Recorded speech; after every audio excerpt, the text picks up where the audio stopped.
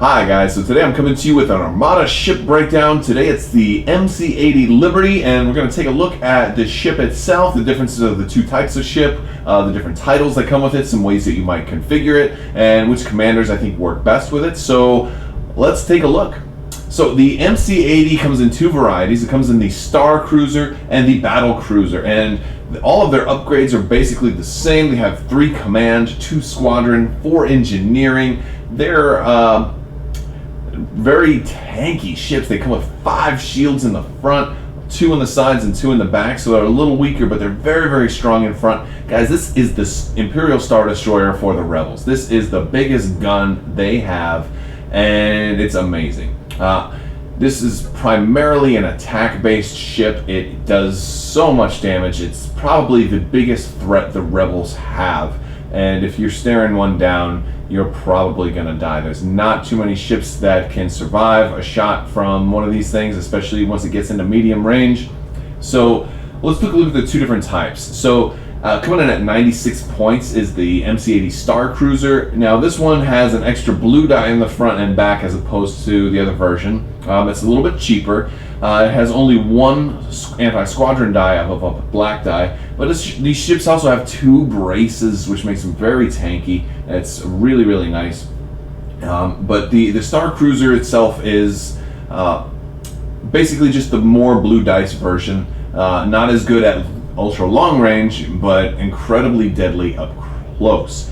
Because of the 4 blue dice in the front, this is actually a really good candidate for SW7 ion batteries. It's really nice to be able to guarantee all of those damage, because you would hate to roll 4 blue accuracies and you just didn't need them. However, if you've got some kind of reroll ability, there are plenty of other things that you can do with those dice, but I kind of like SW7s on this one. And coming in at 103 points is the MC-80 Battlecruiser, which is got 2 anti-squadron dice, and they're both black. Also, you swap out 1 red die in the front for, or 1 extra red die in the front as opposed to 1 extra blue die in the front, and then a red die in the back as opposed to a blue die. So you're just swapping really the red dice between the two, and you're also getting an extra anti-squadron die, which is pretty nice. It's nice having 2 anti-squadron dice on this ship. And this ship has a crazy, crazy big front arc.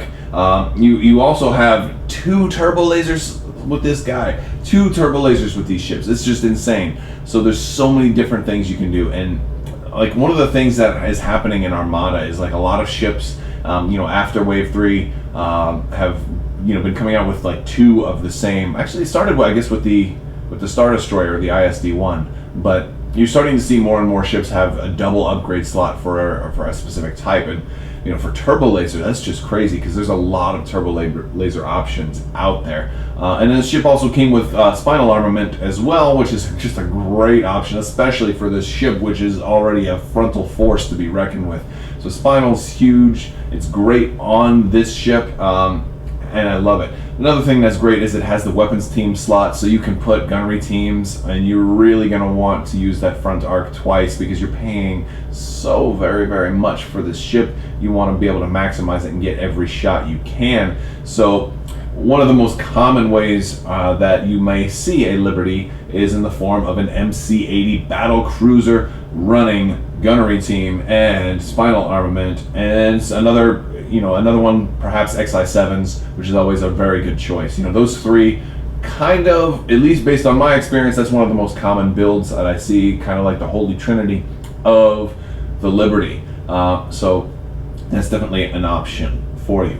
I also want to talk about this ship's movement. So if we look closer at the movement, it's just got very weird. Your 2 speeds are all blank on this one, so you don't really get any clicks at speed 2. Then you get 1 click at speed 1, 1 click at speed 3 throughout, so it's just kind of awkward. You kind of can't make real close maneuvers with this thing.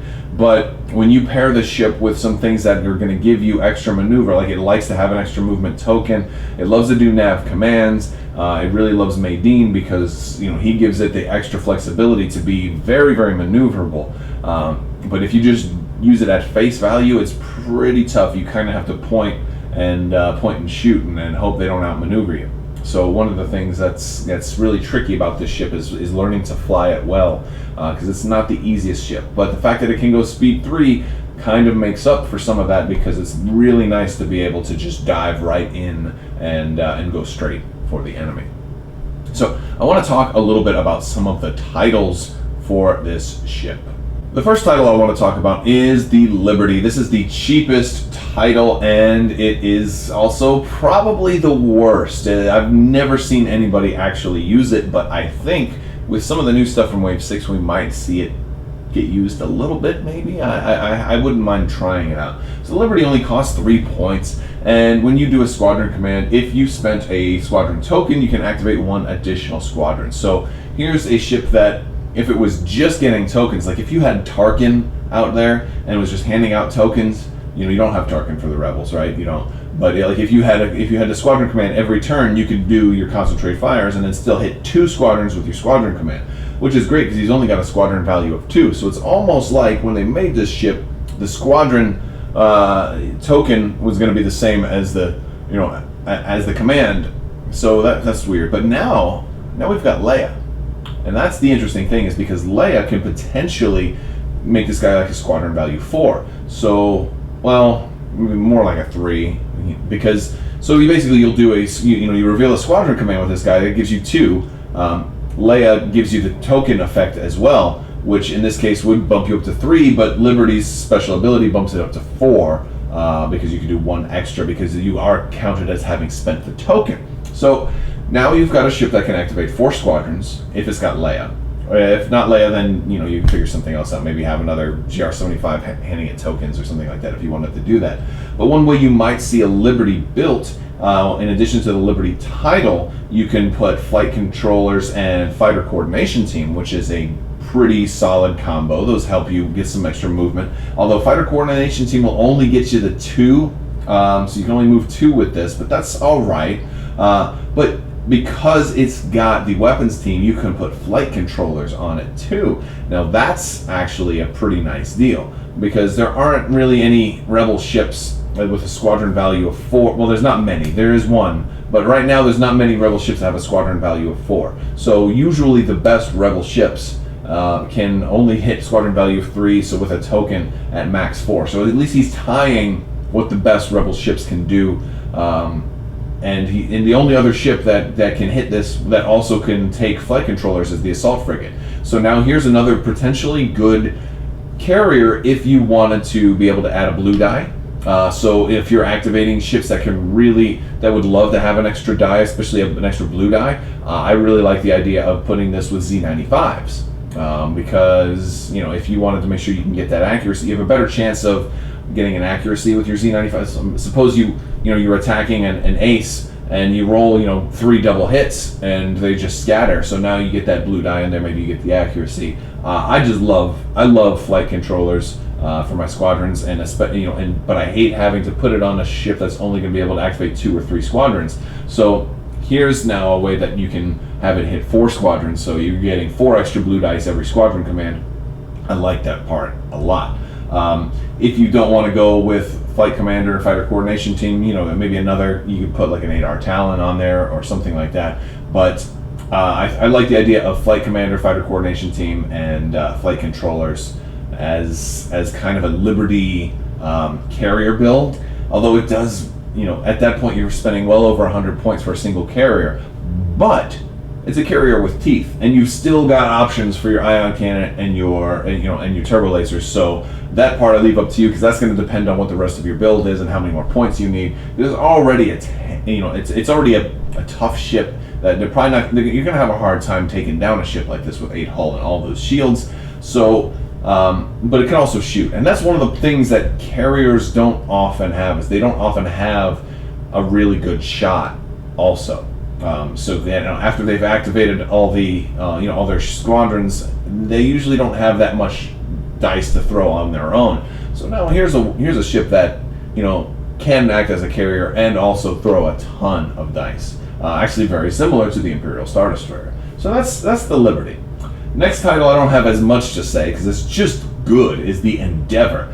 The Endeavor is a solid title. There's almost always a reason to take the Endeavor. It's not situational, it just works all of the time. The only reason you wouldn't take it is if you just couldn't afford the points. It's only 4 points. and it gives you the contain token. Now, it's just awesome because you do have only 2 shields on your sides. You only have 1 redirect token, so you're going to get some damage onto your hull. And wouldn't it be a real shame if somebody said, oh, you have to crit, you have gunnery teams, right? And only one of your attacks can target a ship, or the crit that says you can't attack at long range. And, there's just certain crits you really, really don't want on a ship like this. Any crit that's going to limit your attack is going to be game breaking. So getting the Endeavor on there and getting that contain token is just huge. So use Endeavor. You will love Endeavor. It's not the flashiest. I mean, like, a lot of people at first glance looks to our next title, which is maybe my least favorite.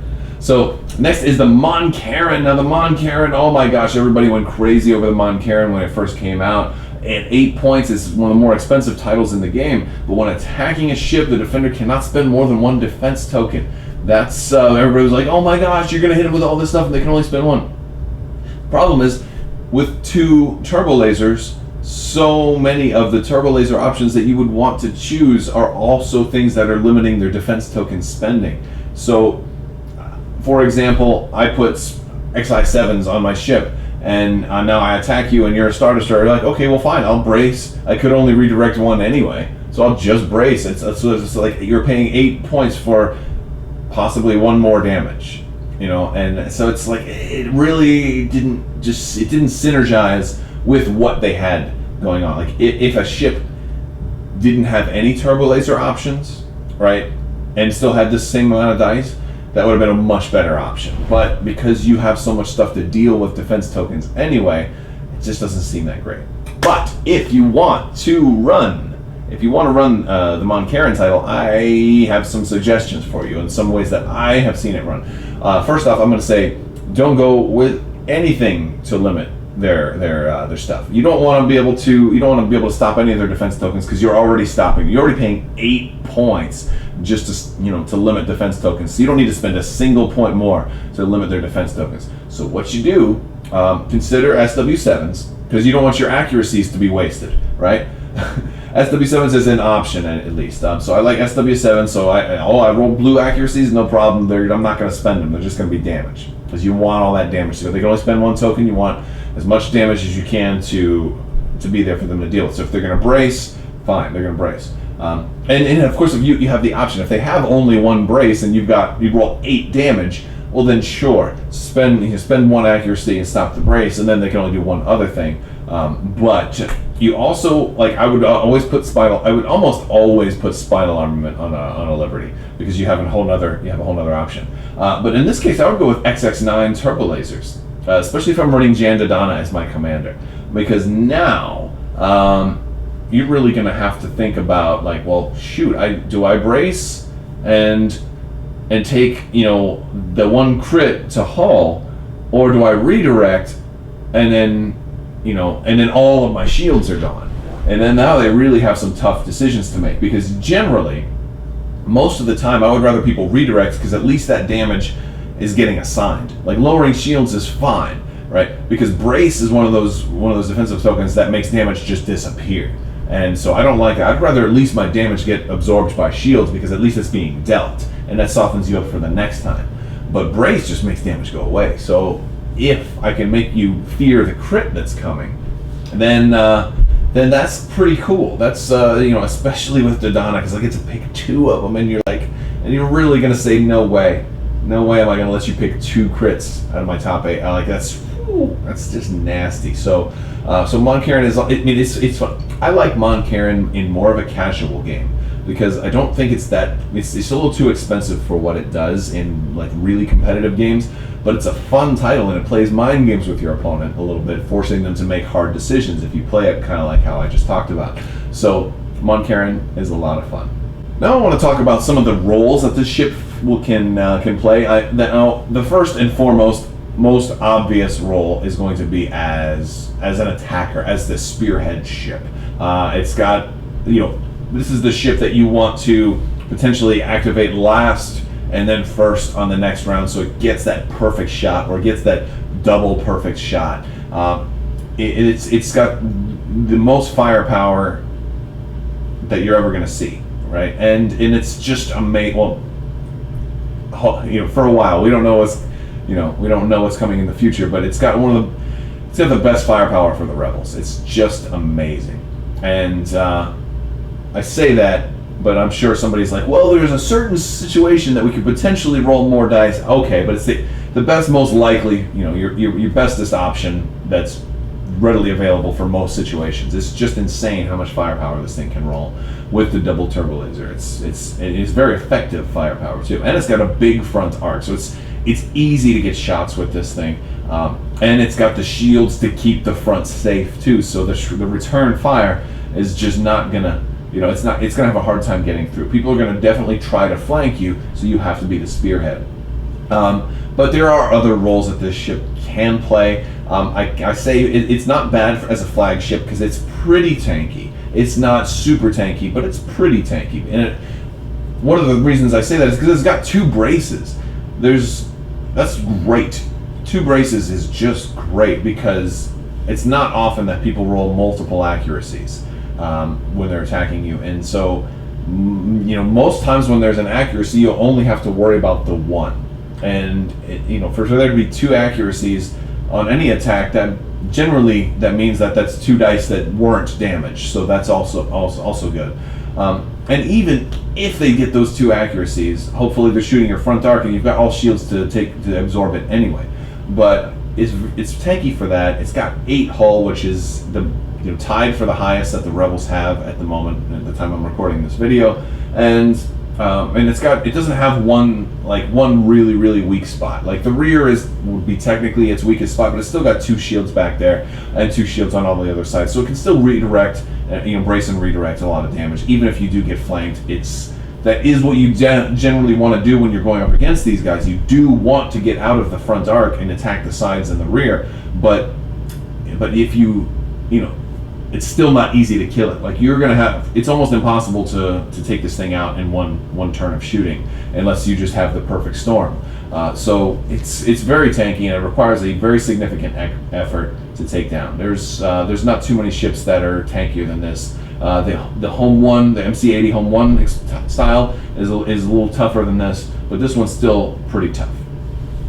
But then the last option is the carrier, and I only mention that because it has a carrier-specific title, and it does have upgrades that do really work with carrier. The only thing that is really missing that would be great is the offensive retrofit. If it had that, it would be really, really nice, and it's a shame that it doesn't, because I would really use this a lot more if I had an offensive retrofit as a carrier.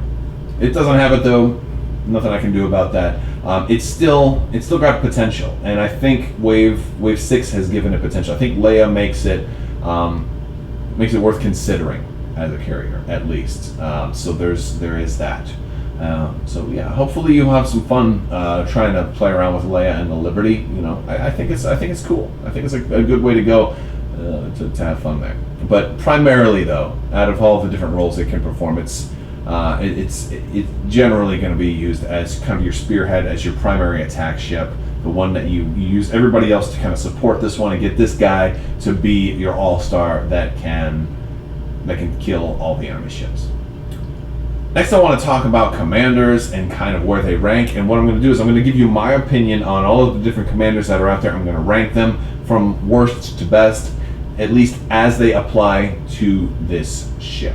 So coming in at number 9, and now my previous breakdowns only had 8. So since Leia has been out for a little while now, I'm including Leia in all of this, so that's why this one has more than my previous ship breakdowns. So coming in at number 9 is Mon Mothma. Now, I love Mon Mothma. She's awesome, but this ship doesn't have an evade, so she does nothing for it. So while she might be great in a fleet, because if you were running this guy, you're probably going to have some other smaller ships so you can have a lot of activations. She might protect those other ships. She's not doing anything for the Liberty, so that's why she ranks kind of low. Number 8 is Admiral Akbar. I love Akbar, and this ship actually does have some side attack dice, so while he can work with it, you're limiting your best and strongest asset here. Now, it would be kind of cool for somebody to come up with a really good Akbar build for this ship, but I just can't, you know. I mean, yes, it's got weapons team, so you could gunnery team out the side and Akbar twice from the same side. But if you're gonna do that, just run an assault frigate. That's so much better, right? And so much cheaper. So Akbar really doesn't work for this ship. You only want to be shooting out the sides as a last resort. You want to be shooting out of your front arc with this ship. But if you declare Akbar, then you can't shoot out of your front arc. So Akbar is second to last. So he's in at number 8. At number 7 is Aaron Kraken. So Kraken he does work because the ship can go speed 3, and a lot of times it will go speed 3, but he's really not going to give it as much because it's going to slow down. Once it gets into engagement range, it's going to start to slow down. That's kind of how you fly this ship. You go speed 3 until you get close to lining up that shot, but you don't stay speed 3. This is a ship that has to do nav a lot more than most other ships because of the limited maneuverability and the fact that you need to keep people in that big, awesome front arc. But yes, you can't do that if you're flying past them.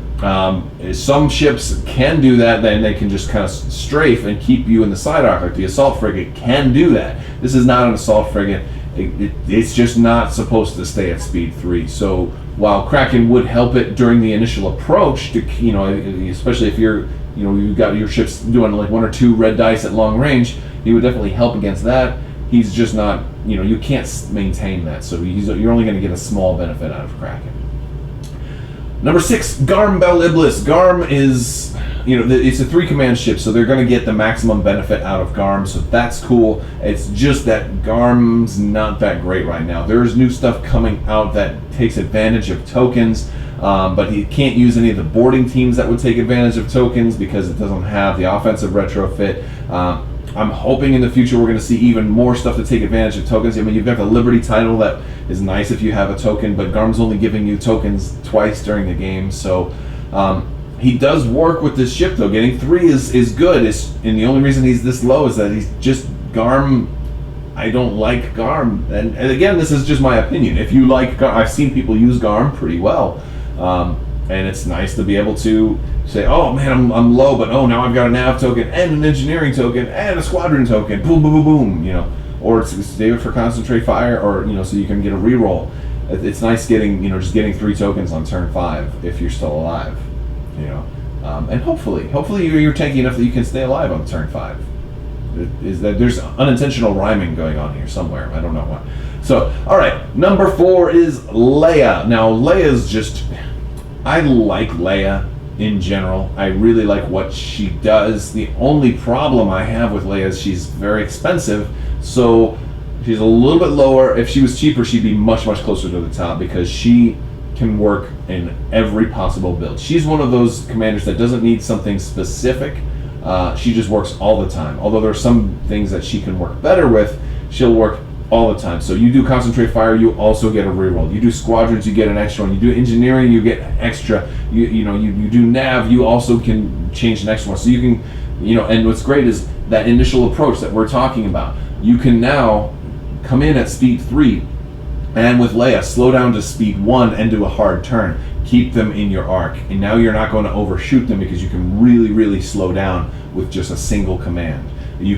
She works also with Liberty, like we talked about in the Liberty build. And of course, for attacking, oh my gosh, it's so nice being able to have that reroll when you've got a blank red and all your others are nice hits, and you're just like, oh, I got that blank red, So it's just, or you got a great roll, but you need to re-roll one of your blues because you really need that one accuracy, or you need that extra accuracy, or whatever the reason is. It's just great having a re-roll that's available, because a lot of times if you approach carefully enough, maybe you've done, nav, concentrate fire, or something like that for your first couple of commands. So you're moving in, using extra nav for the extra click and turning. Then you're slowing, then you're doing the extra turn, slowing down to speed 1, and then opening fire, and she just gives you benefits every single time. And also, she frees up stuff in your list, so you don't have to have, GR75s handing out tokens to other ships and stuff. Because although you can, Leia's tricky because sometimes you don't want to activate Leia's ability. So sometimes you want to be like, no, I'm going to use a token and a command because I don't need the Leia ability this turn. but she works pretty well with this. So I like her, and I want to run this Liberty list pretty soon. Next up is Sato. Sato is just amazing, right? He's just great. It's so nice being able to roll black dice at long range. But now here's a ship that also has like the 2 red. Like my rule with Sato is I always want at least 2 red dice so I can roll the 2 black dice at long range, and that's freaking great. But Sato's going to work really well here because it has it pretty much all around. It doesn't have 2 red in the back unless you're running the Battlecruiser with spinal armament, in which case, yes, you do. But it's just nice that you'll be able to do it from any which direction, but especially that long distance shot, and the fact that you're going to have extra red dice. You're going to have a lot of red dice in the front, and you don't have to rely. You might not find yourself in the position where, oh, I rolled, both of my black dice were hit crit. Oh, but you had an evade, so you canceled like basically half of my black dice damage. Because now you've got other dice there too, and maybe you'll get that accuracy, and then you can make those black dice punch through for even more. And you have a pretty good chance of being able to do it also. So that's really just a nice thing. I like Sato with this ship because there's really not much of a weak spot for him when you're going in. Like, and you're not going to have squadrons behind you. So Sato's just very fun for this ship, and I think I would really like to start if I'm going to experiment some more with the Liberty. Now obviously I wouldn't be doing it with Leia, but I think Liberty as a carrier potentially with Sato has some potential as well, because I don't have as many red dice at long range, but I still have 3 coming out the front, so you can still Sato pretty good. So with gunnery teams too, there's some untapped potential there. I've never run Sato, but I've had Sato with this run against me, and there's a lot of different ways to do it, and it's not that expensive. The only thing you're lacking is like the black crits, so the ordnance upgrades, but you make up for that with the fact that you have extra long range dice. So you're not saying, oh, I've only got these 2 dice, oh, but it was obstructed, so I only got 1 black die, and you evade it and it's gone. So you have a lot more dice to pad that and force that black dice damage through. So Sato. Next up is Maydeen. Maydeen is just so nice for maneuvering this ship that's like its biggest weakness, and it's allowing you to turn that weakness into a strength. You've seen me do some bat reps with my friend Sean, and he does amazing things with Maydeen and this ship, and he's able to get it to just do the most bizarre movements because of all the extra clicks, and it's just great. He's also always handing it tokens too, and there's really a lot of. It changes the ship. Maydeen totally changes this ship into a ship that doesn't have very good maneuverability into a precision hunter-seeker, basically. It's very scary with Maydeen, and it doesn't sound as flashy, but once you see it in action, you're probably going to be blown away, because Maydeen is just really, really nice with this ship. Which brings me to number 1, and that is my all-time favorite, my hero, General Dodonna. General Dodonna is so amazing with this ship, and first off, he's only 20 points, so he's the greatest commander of all time for the cost of savings that you get with Dodonna. He's always the best on any ship, right? Any ship.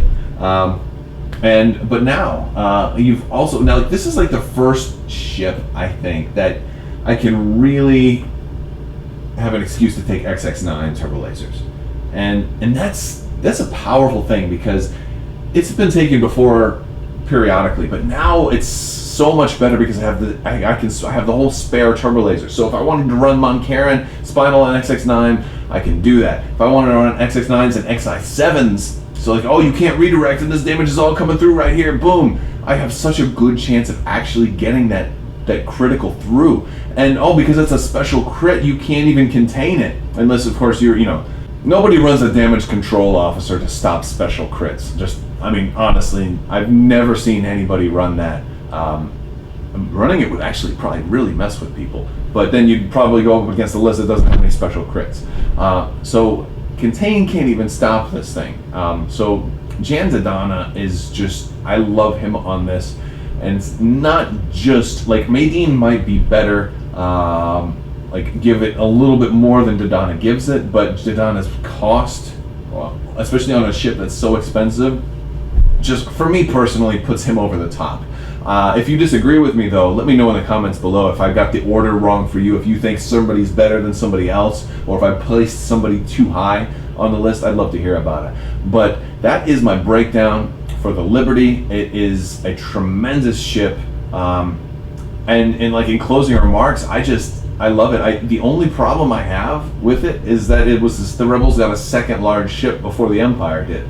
You know, and if the MC-75 ends up being a large ship, you know, at the time of recording this, we don't know what's, you know, we are pretty sure the MC-75 is coming. But if that ends up being if they get a third large ship before the Empire gets their second, I don't know what I'm gonna do. I'll probably just buy it and whatever. But seriously, a little part of me would be like, come on! So this has been the Liberty breakdown. Let me know what you think, guys. If you haven't already, please subscribe and hit the little bell for alerts. If you like this video, give it a thumbs up and leave me a comment and let me know what you think, guys. Have a wonderful day, and thank you for watching. Today it's the MC-80 Liberty. So today I'm coming to you today with another Armada ship, an MC-80 Armada expand. And you can't do that if you're flying fat. You can't do that if you're flying past them, flying past them. All right, I need to edit that out. But